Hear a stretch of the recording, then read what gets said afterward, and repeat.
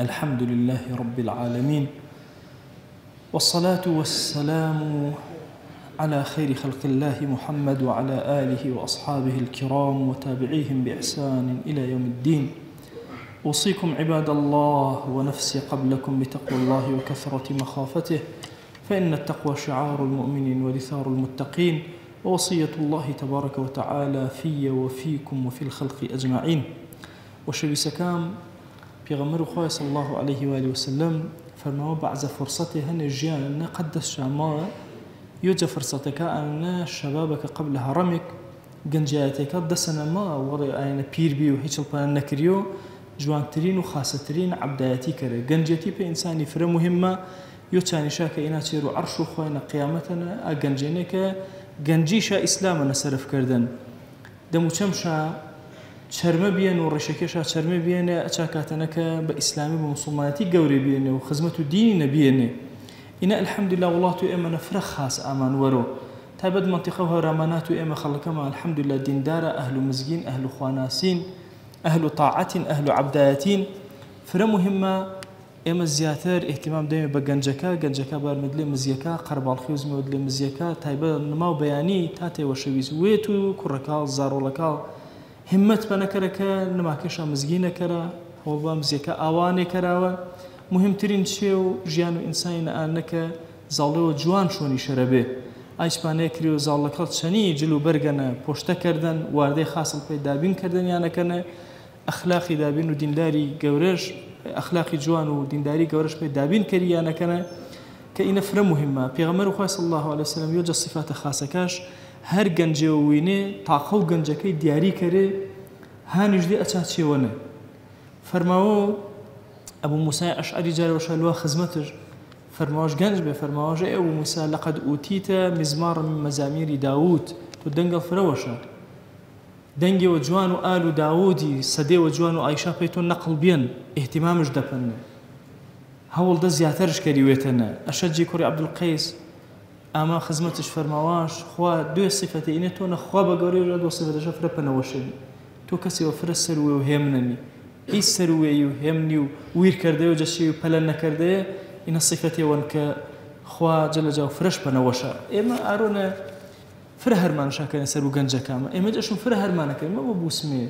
دایمش هدسو حمله جورة جهانية كأمان بي فوتنا جردو جنجة كاما أشو مشيارتر ما مالا كرمي همة زياتر كرمي زياتر بممان مي تايبت تاتكي أواكي فرفرة بجوري قرصاية وجوري إنا سروشاني شاوا كأشم واجبه وفرق جورا سروشاني شاوا إي واجبه محاولة كرا حول بوا سروي شاوا سوكش كرا أيج أنك پیغمبر خواه صلى الله عليه وسلم پیش تحديد كردني أنك پروردو إيزار الله واجب أسرش خوا جل جلاله قرآن نفرما من داو رزق عائشة جشما ما كرو ويم رزق تامونه بلام پروردو إيزار الله واجبه وقورن سروشانو إما كپا مسر پرورد شاكر مي كدروسي با قوري با ديننا خزمتو إسلامي كرا فرا مهماتامي گنجكا فيرو زوان پاريزي كرمي گنجكا فيرو التزامي بطاعتيو كرمي پیغمبر صلى الله عليه وسلم جاري ابن عباس جدي زالده وقولانه به فرماواش أي ابن عباس احفظ الله يحفظك خواي بارزنا خواش تو بارزنو ابن عباس فرماوا دائما يكلمه پیغمبر صلى الله عليه وسلم مجق من به دائما مجق من ديشو ونه شني من خواي تاو بارزنو فرمانكاش بارزنو تاكاتو تنگاين خوا به بهانامو بارزنو جارتر پیغمبر صلى الله عليه وسلم معاذ جوينا فرماش أي معاذ زوان البارزنا فري خلقي كملاد لآيري بهو زوانيو فرما يا رسول الله بهو زوانيو فرماواش آرول الروبي كرونا أي أجر زوان نبونا تشيج يقولوا خلقي وزود لآيري زوان البارزنا فيرش كرده بينك الطهارة ونفس شابو نفس شاب باك كراوة إن أجر واجب يسيروا شانو إمنا إمام غزالي فرماوا يكمين صفة كتو هرمان السر كري سيروا زال لك الحياة فرماوا أجر زال لك الفيرو حتشي ونكر جانا فيرو حياة وشر مشكل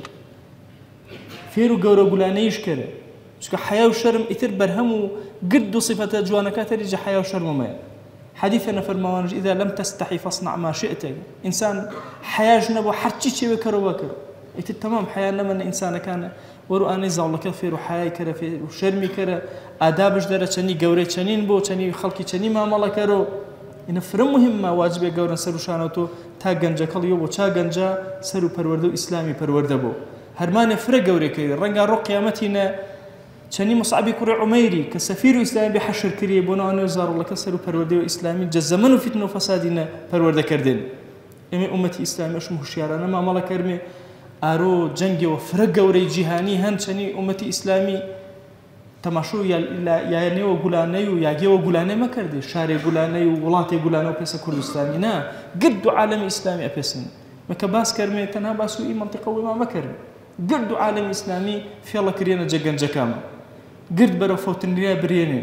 ئەشم ئێمە عالەمی ئیسلامی فرە هوشیارانەتر مامەڵە کەرمێ لعل خۆی گەوە ڕەحمە چەنی کەر و ئیزاڵەمە پارێزنەوە ئەشم گرما بە دڵ هاوار کەرمێ ئەی ئاخوایی کە قەت سپاردە لا تۆ وەزایەمە بۆ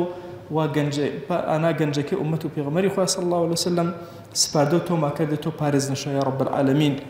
وأوصيكم أيضا بالصلاة والسلام على رسول الله حيث أمر الله تبارك وتعالى في محكم تنزيله قائلا إن الله وملائكته يصلون على النبي يا أيها الذين آمنوا صلوا عليه وسلموا تسليما. اللهم صل على سيدنا محمد وعلى آل سيدنا محمد وبارك على سيدنا محمد وعلى آل سيدنا محمد كما صليت وباركت على إبراهيم وعلى آل إبراهيم إنك حميد مجيد. اللهم اغفر للمؤمنين والمؤمنات وللمسلمين والمسلمات ولمن عمر هذا المكان. اللهم أعز الإسلام والمسلمين وأهلك الكفرة والملحدين. اللهم انصر من نصر الدين واخذل يا رب من خذل الإسلام والمسلمين. اللهم آت نفوسنا تقواها فزكها أنت خير من زكاها أنت وليها ومولاها. آمين آمين والحمد لله رب العالمين. أقم الصلاة يرحمكم.